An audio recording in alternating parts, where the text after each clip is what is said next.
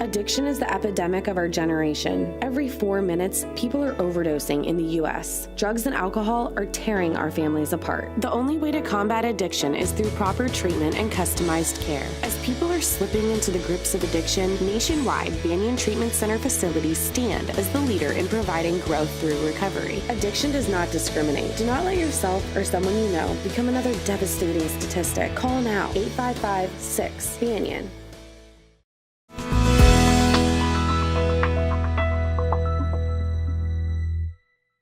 All right, hello, good evening. Before I start, I'm just curious, how many of you would identify as people in recovery in the room? All right, beautiful. And how many of you identify as recovery advocates or aspiring recovery advocates? All right, just so I know my audience here. So my name is Brooke, and I'm also a person in long-term recovery. And while recovery doesn't always mean continuous abstinence, for me, my recovery has meant 13 years of continuous abstinence from alcohol and other drugs. And I think it's important to talk about the reality that it doesn't always equal continuous abstinence, that we know that recovery is about so much more than our substance use or abstinence from substance use. And so for me, that's always an important message, because I think that when we put too much emphasis on continuous time abstinent, when we talk about this as a disease, then we really shame people who experience a lapse and really cause people to kind of stay out there when they could just get right back on their feet, right? So for me, I grew up without my mother. She struggled with addiction. I didn't see her since the age of 4. And I very much was taught that addiction was a choice. The message I grew up with in my household was that my mom was choosing to use drugs over being a mom, that my mom cared more about drugs than she cared about me. And for me, as a young child, I couldn't understand why somebody would choose to use drugs over being a parent. I had a very difficult relationship with my stepmom, and I very much just wanted my mom to stop choosing to get high and to come back and be a mom.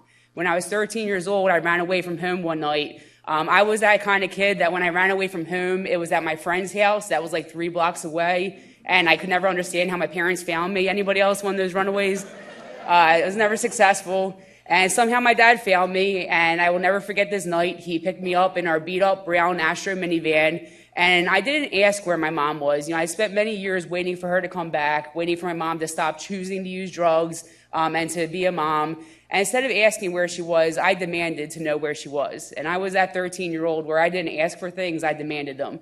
And I told my dad, give me my mom's address, I'm going to live with her. And I figured if my mom knew that I forgave her and that I still loved her and that I needed her, then that would be enough for her to stop choosing to use drugs. And when I told my dad that I wanted her address and I was going to live with her, he pulled the minivan over and he turned around and he said, I'm sorry to have to tell you this, but your mom died last year. For me, that was the moment that shattered me. I very much held out hope that my mom was going to come back, and in that moment, any hope that I had was gone. And so not only had these drugs that my mom chose to use taken her out of my life when I was growing up, but they took her out of my life permanently. For me, that was a traumatic moment. That was a breaking point. And for most of us who are in recovery from a substance use disorder, trauma is a big part of our stories. And sometimes we don't have the language for it. I couldn't even call that a traumatic experience till like 26 years old, 2 years in recovery, and a lot of therapy. I just thought it was something that happened.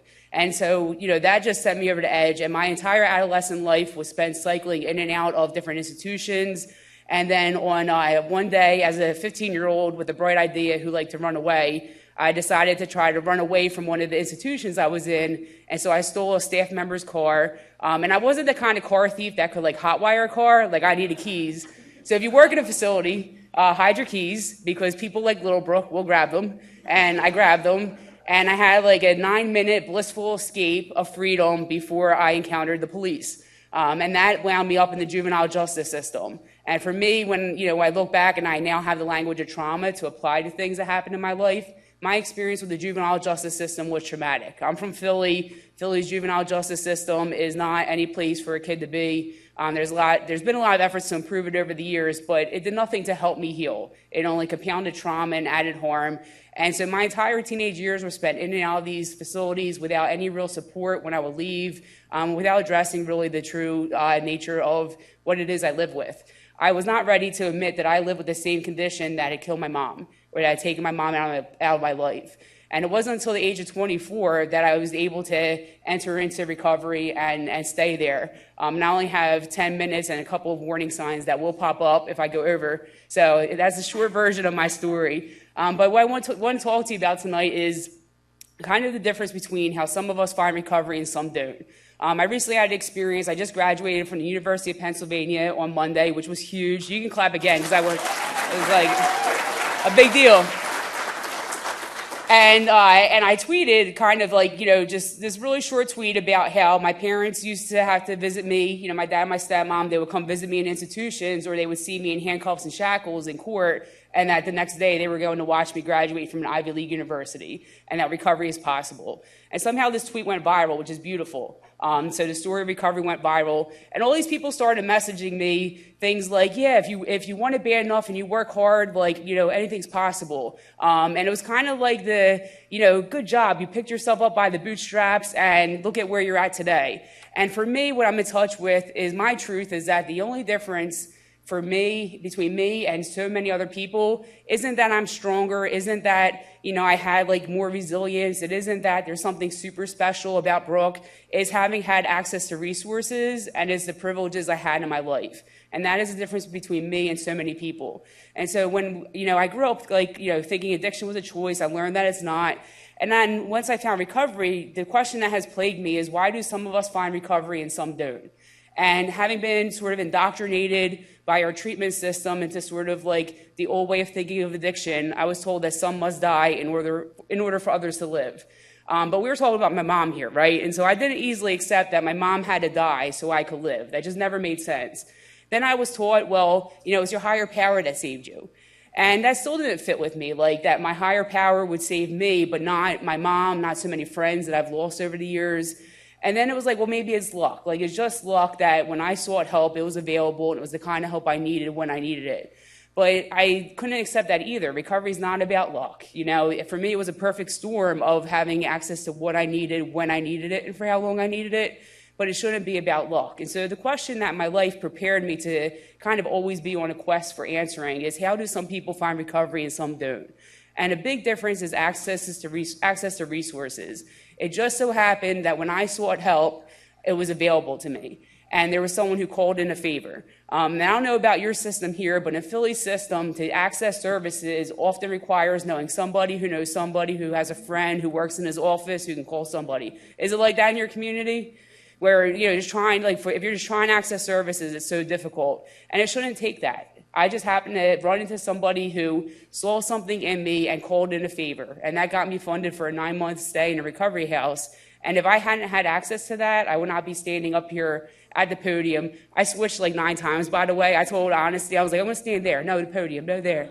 I landed with the podium, though.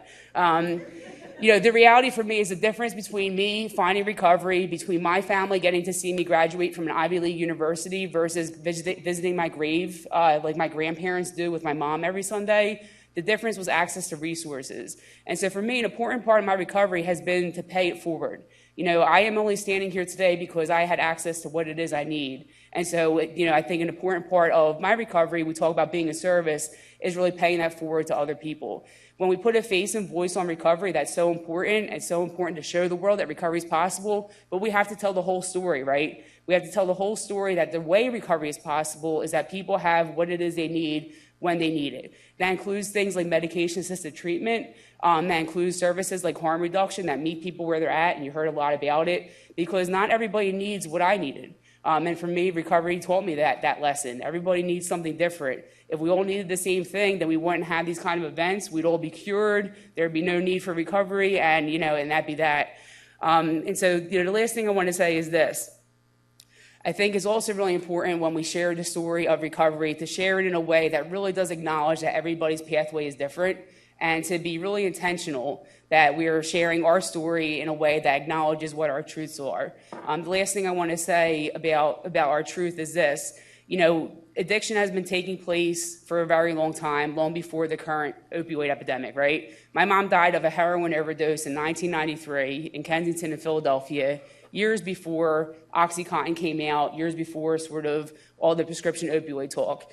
And so I think it's really important that we own our truth when it comes to addiction, especially opioid use. For many of us, I developed an opioid use disorder after using lots of other drugs before then. And it wasn't my experience and experience of most people I know. It wasn't that the doctor prescribed me these pills and I was taking them and then oops, I got hooked. And then that's what led to my substance use disorder. I sought those prescription opioids because they made me feel good, and that's how I got hooked.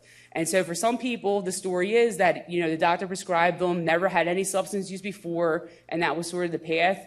But if that is not your story, if your story is like me, where you took those pills for the very purpose of getting high, we need to tell our truth. Because right now we're creating this system that's based in large part on a lie. And so we need to really be honest about our truth, about our use. We need to be honest about what led to that use, and we need to be honest about what helped us find recovery. And that's the only way we're going to help others also find recovery.